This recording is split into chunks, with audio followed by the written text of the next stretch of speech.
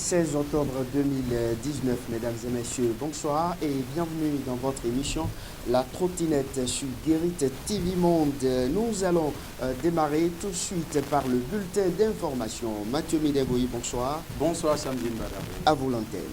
Merci, fidèles internautes, une fois encore pour une troisième fois, j'allais dire consécutive cette semaine. Nous émettons en direct du studio B26 et 71 implanté à Porto Novo. Voici donc le bulletin d'information. Maintenant et tout de suite, nous allons faire une incursion dans la commune d'Afro-Misérité pour parler d'un marché d'écoulement mais qui est abandonné dans un état de délabrement très avancé. Voici donc le constat de Marlène Zomahou et de Kabiré. Situé derrière la place publique de l'unité à Akonaboué, dans le 5e arrondissement de la ville de Porto Novo et à quelques encablures de l'hôpital El Fateh, Wologede est un marché très fréquenté par les populations. Mais depuis peu, cet espace d'échanges commerciaux est abandonné dans un état insalubre et les habitants de la localité s'indignent. C'est nous-mêmes qui ont créé le marché.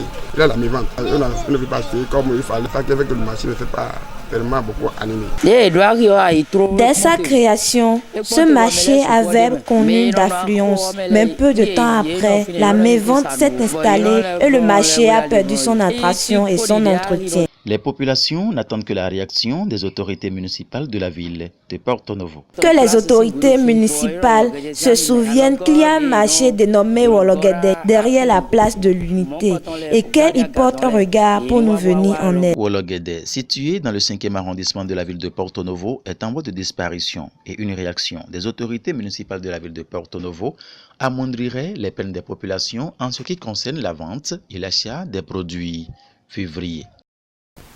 Ce n'est plus un secret pour personne que toutes les villes du Bénin sont en chantier. C'est bien évidemment le projet asphaltage initié par le gouvernement du nouveau départ que dirige le président Patrice Talon, qui est donc mis en œuvre dans la ville de Porto Novo où presque toutes les rues sont en chantier. Quelles difficultés aujourd'hui les responsables d'auto-école ont par rapport à l'apprentissage de leurs apprenants? Aussi, les usagers respectent-ils les panneaux de déviation et consorts? Nous y sommes intéressés à travers ce télé.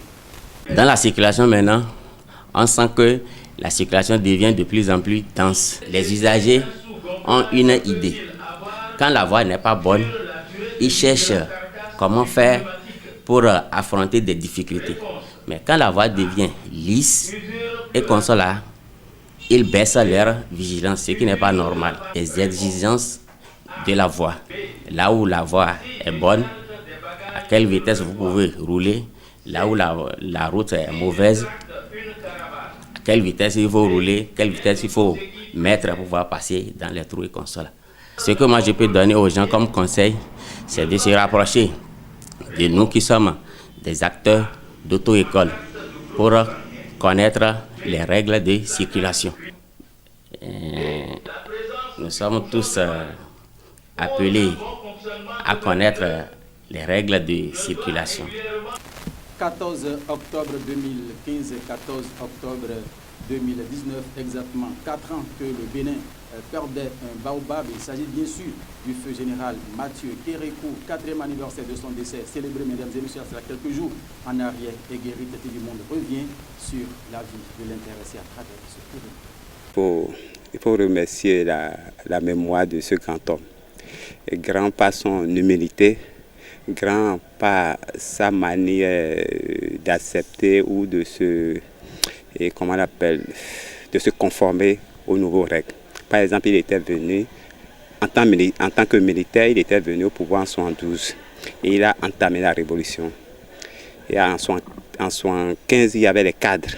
Donc pour lui, il voulait réellement, avec l'idéologie révolutionnaire, développer le Bénin comme la Chine d'aujourd'hui, compter sur nos propres forces. Mais il a compris après que ces cadres venus de l'Europe pour soutenir l'idéologie révolutionnaire n'avaient pas vraiment les compétences. Et c'est de là qu'il parlait des cadres tarés. Le général, après tout, quand il a vu que ça n'allait pas, il a accepté quand même de dire mais comment faire pour résoudre le problème de ma nation. Les gens lui ont proposé cette conférence étant que militaire. Parce qu'en ce moment-là, toute l'Afrique était en braise. Et étant militaire, il a accepté la conférence. Mais par humilité, il a dit, monsieur, c'est une honte de me destituer. Ne me destituez pas. Mais le Monseigneur, les conférenciers ont compris, ne l'ont pas destitué.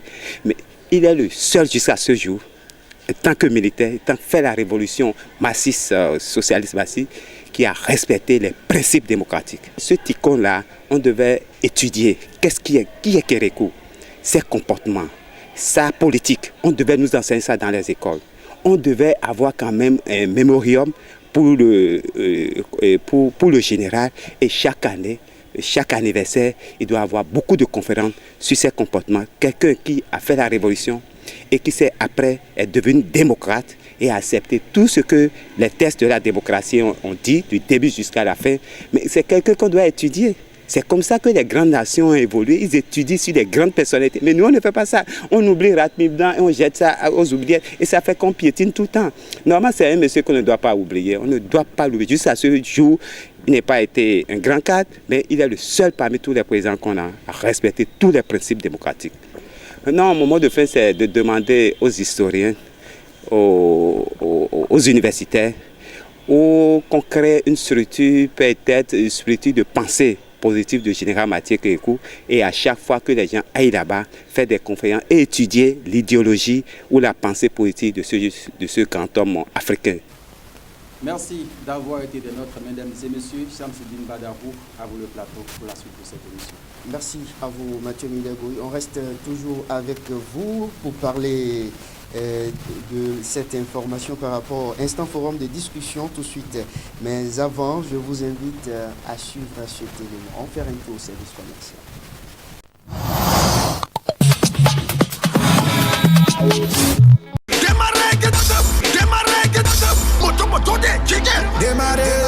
À partir du 1er décembre 2019, après le paiement d'une prestation au service commercial de Guérita TV Monde, vous recevrez gratuitement un t-shirt, une casquette, un porte-clés et un calendrier de l'année 2020.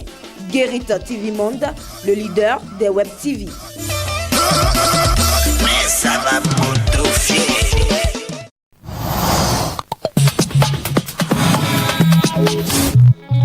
Retour sur ce plateau, Mathieu Midagoui, vous venez de nous jouer un élément de la rédaction de Guérita TV Monde par rapport aux difficultés que rencontreraient les promoteurs d'auto-école. Il s'agit de quoi concrètement? Voilà. Dans cet élément, nous avons mis l'accent sur les travaux de route qui sont en chantier à Porto-Novo. Vous savez bien que les travaux de route nécessitent évidemment de nouvelles orientations afin de permettre de faciliter plutôt la libre circulation des personnes et des biens au cœur de la ville. Aujourd'hui, vous ne restez pas un peu sans savoir qu'il y a des auto-écoles qui se sont implantées aussi un peu partout dans le pays, et Porto-Novo ne fait pas exception. Donc nous avons tendu notre micro aux responsables d'auto-école afin de nous imprégner un peu des réalités auxquelles ils sont confrontés actuellement par rapport à l'apprentissage de leurs apprenants aujourd'hui qui sont avec eux. Il faut apprendre à maintenir le guidon et tout. Voilà que les rues principales sont en chantier. Il faut maîtriser le volant. Merci beaucoup. Il faut maîtriser le volant et tout. Les rues sont en chantier. Il faut une concentration nécessaire quand on est moniteur d'auto-école, ou bien on est apprenti, on veut apprendre à conduire et tout. Donc, ils nous ont un peu parlé de ce qui se passe, surtout dans l'entretien que nous avons eu avec ces derniers. L'accent est aussi mis sur le comportement des usagers de route aujourd'hui, puisque quand on reste dans le cadre auto-école, il y a un moniteur qui est à côté de l'apprenant, c'est-à-dire pour lui dire fais ci, fais ça, mais pour déjà les soi-disant responsables qui peuvent maîtriser le volant eux seuls, ou bien c'est sur nos motos nous sommes, les conduites à tenir surtout afin de respecter les nouveaux panneaux de signalisation, de déviation qui sont donc implantés par l'entreprise en charge de ces travaux de route au cœur de la ville de Porto-Novo.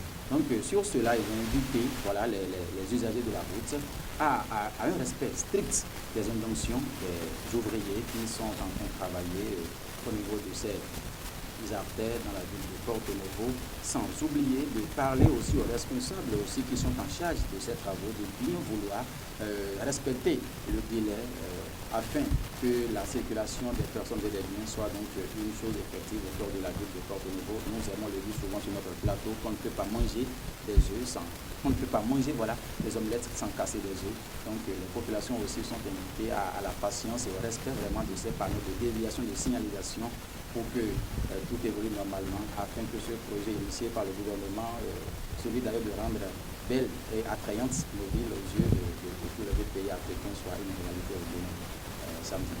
Merci à vous, Mathieu Midegoui. Nous allons vous raccompagner avec ce élément. Merci.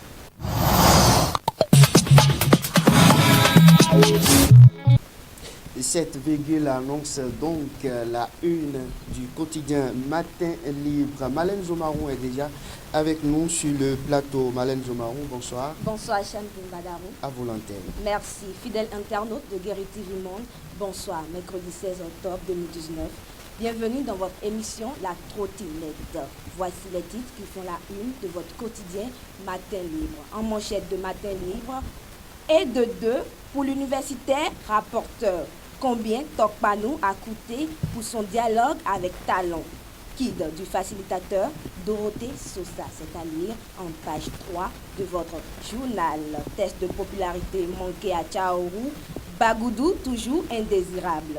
Politique nationale, Roudé, ni mouvancier, ni opposant. Et c'est à lire à la page 2 de votre quotidien.